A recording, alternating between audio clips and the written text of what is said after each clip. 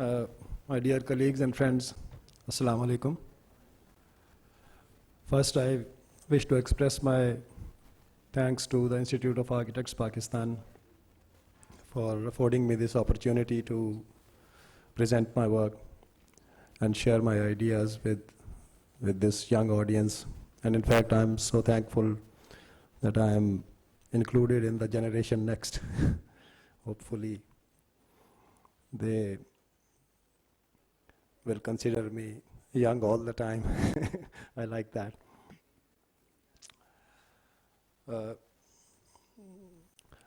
As part of my presentation of my work, first up, I will seek your attention for a couple of minutes to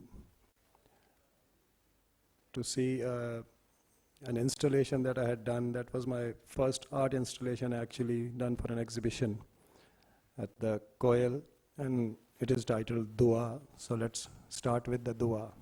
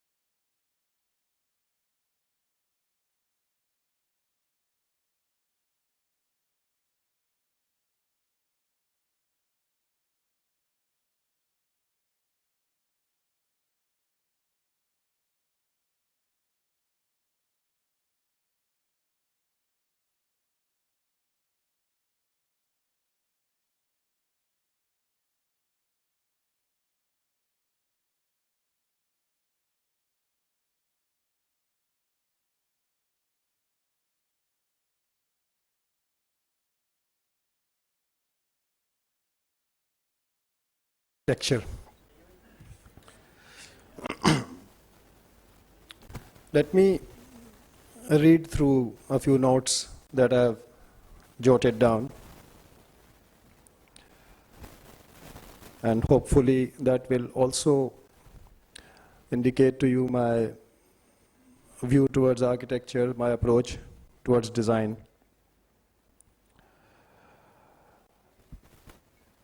And subsequent to that, I will run a slideshow of some of the images of my work.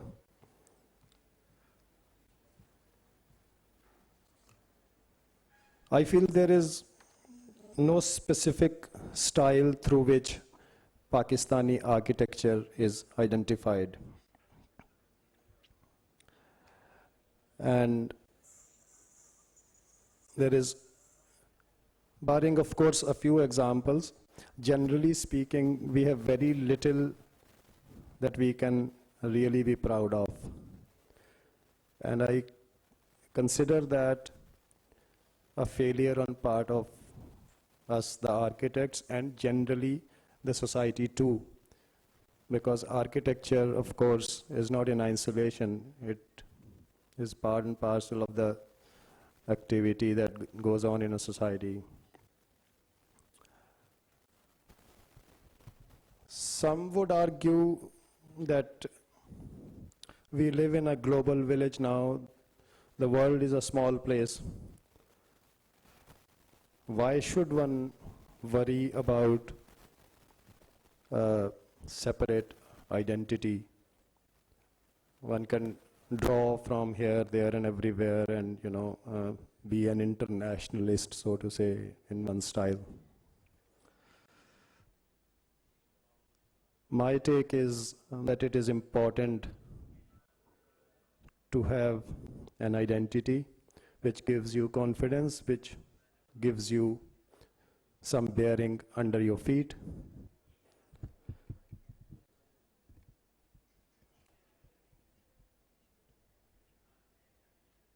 Contemporary architecture in Pakistan, I feel, is a testimony to our fractured past. What has happened with us is primarily because of the colonial encounter. The chain of history was severed, and we are struggling to find the missing link that can connect our past to the present and then onwards to the future. And in this struggle, we got a bit lost. We get influenced too easily by the trends that are alien to us at times and do not necessarily work here. With fractured past and deep ingrained insecurities, we have a great temptation to be seen as modern. And in this rush to modernity, we have eroded the traditional and cultural values that give us our identity. So my sense is that the challenge that we face at present is to redefine progress, to redefine development in our context. Sadly, our education system is not helping much in this regard, and we should look into that. I think we need to rediscover ourselves. We need to discover our aspirations, our emotional linkages. And for this, I think we need to look back in time. While moving forward with new technologies, we must not forget the rich heritage, which is part of our tradition. Our past is what tells us who we are. And we as architects have an additional responsibility in terms of helping our clients discover themselves.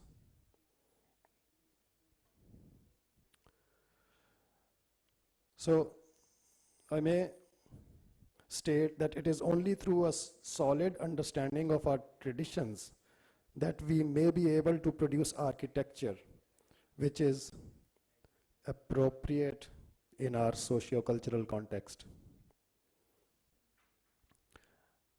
Now here I'm using the word appropriate, and about appropriate architecture there is so much talk, debate.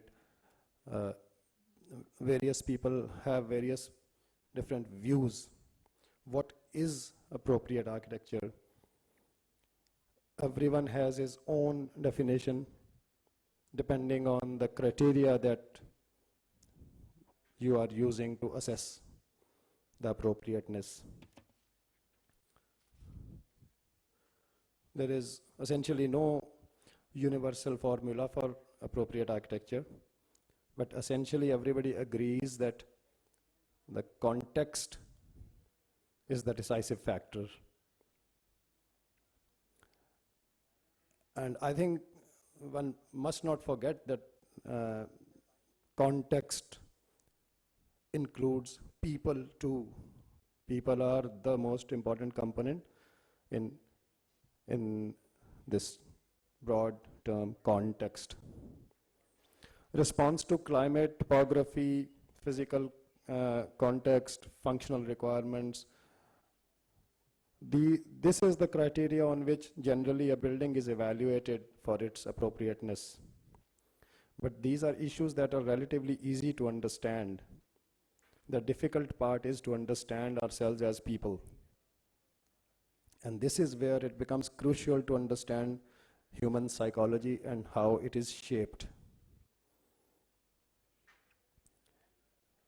We need to understand the undescribed senses that influence minds of the people of our region. We need to understand our socio-cultural context. And this understanding needs to go deeper than the surface level. Architecture is way more than mere visuals. In my view, the focus should be on space and its quality. I believe that an architectural space is either alive or dead. A living space breathes and it has a soul.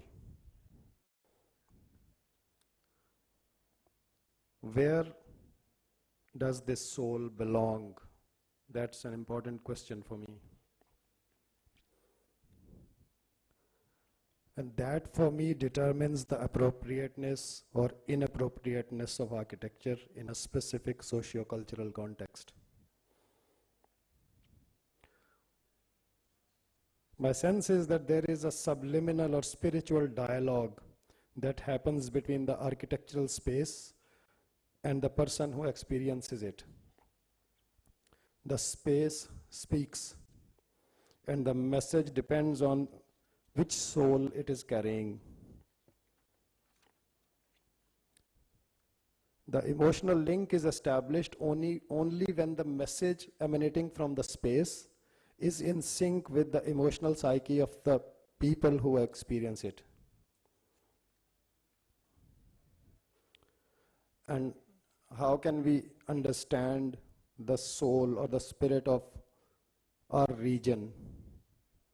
By looking at our traditions, our culture, which formulates our minds unknowingly.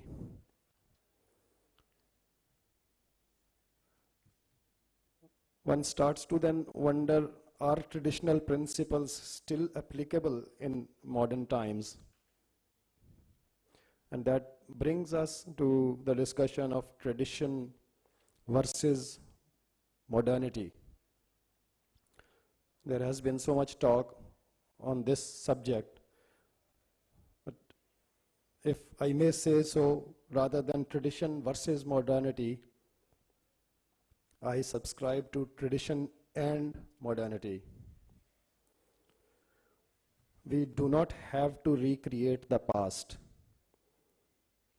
but it is the soul or the spirit of traditional space arrangements which needs to be understood and articulated to suit modern urban lifestyles.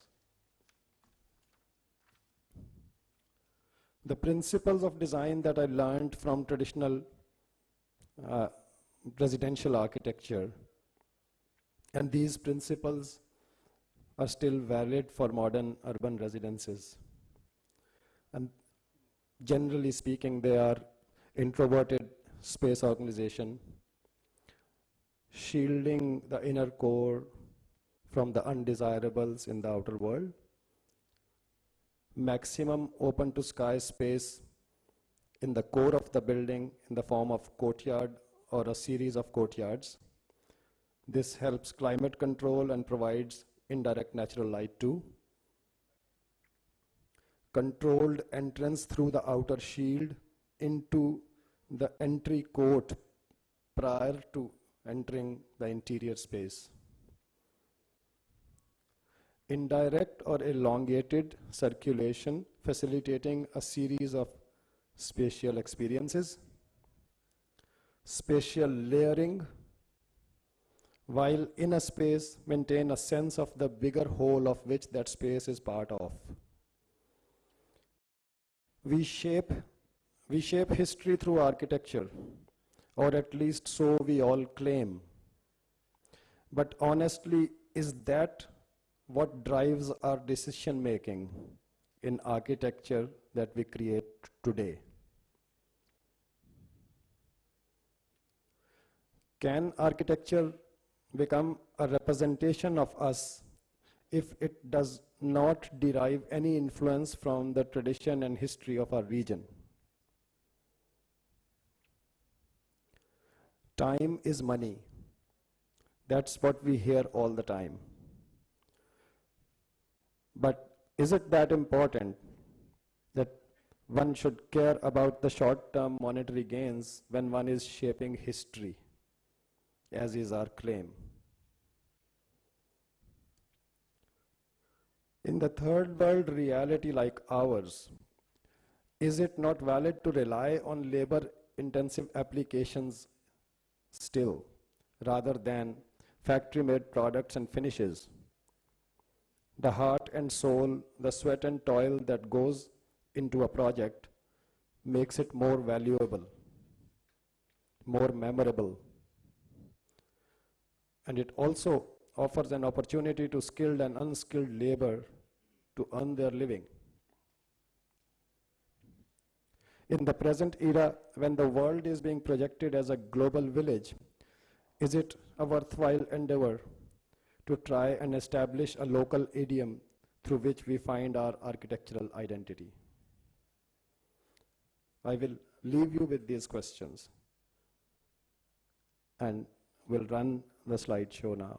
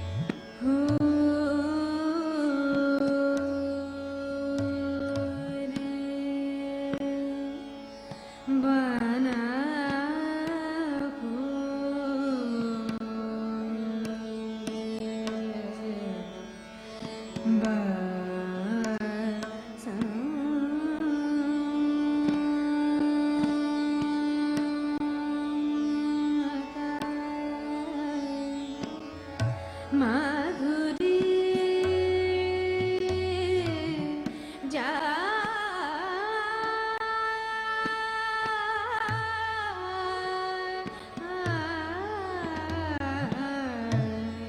सकल बना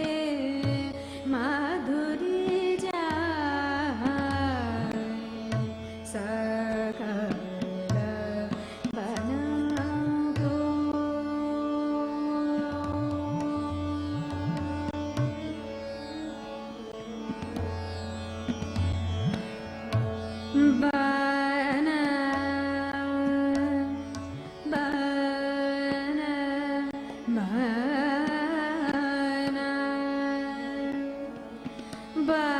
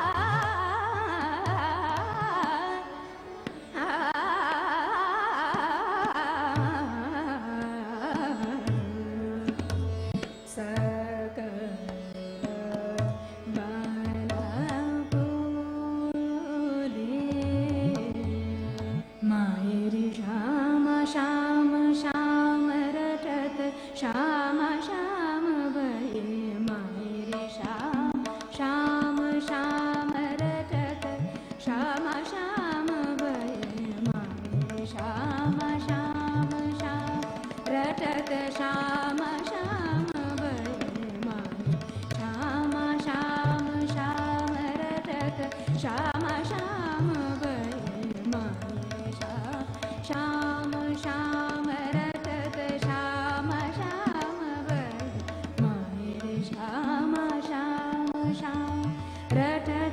श्याम श्याम बर अपने सखिन सो पूछत है श्यामा भाग अपने सखिन सो पूछत है श्यामा कागर मारे श्याम श्याम श्याम रटत श्याम श्याम बर मारे श्याम